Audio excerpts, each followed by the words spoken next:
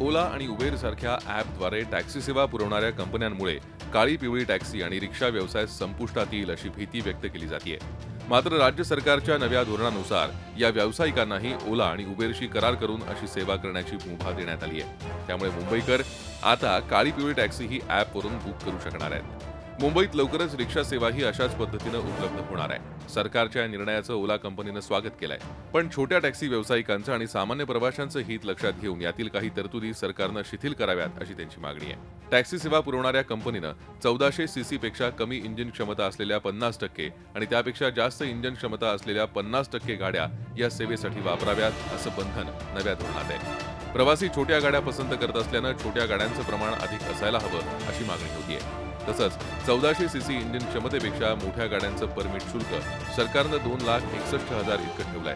कर्ज काढून टॅक्सी खरेदी करणाऱ्या व्यावसायिकांना ही रक्कम फारच मोठी असून सरकारनं ती कमी करावी अशी मागणी होतीये। 2,61,000 रुपये प्रत्येक 1400 सीसीच्या वर गाडी असली तर परमिट फीज आहे, ते सामान्य तो ड्रायव्हरला शक्य होणार नाही ते घ्यायला।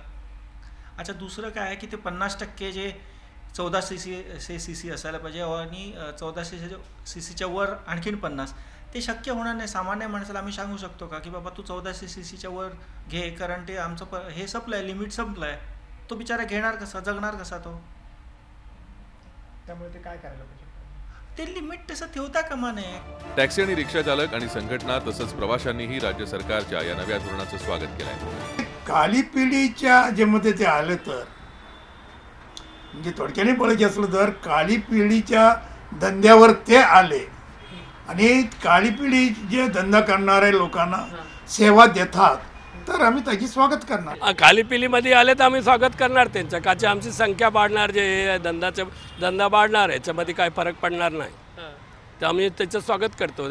प्रवासी दृष्टीने सगळ्यात आनंदाची गोष्ट आहे, रिक्षावाल्यांची आणि टॅक्सीवाल्यांची मुजोरी वाढली आहे आणि प्रवाशांना नाहक त्रास त्यांचा सहन होतो। त्यामुळे ओला उबेरसारख्या पद्धतीने टॅक्सी रिक्षा आल्या तर प्रवासी आनंदाने प्रवास करू शकतात। महाराष्ट्र सिटी टॅक्सी योजना 2016 अंतर्गत टॅक्सी सेवेसंदर्भात परिवहन विभागानं मसुदा तयार केलाय।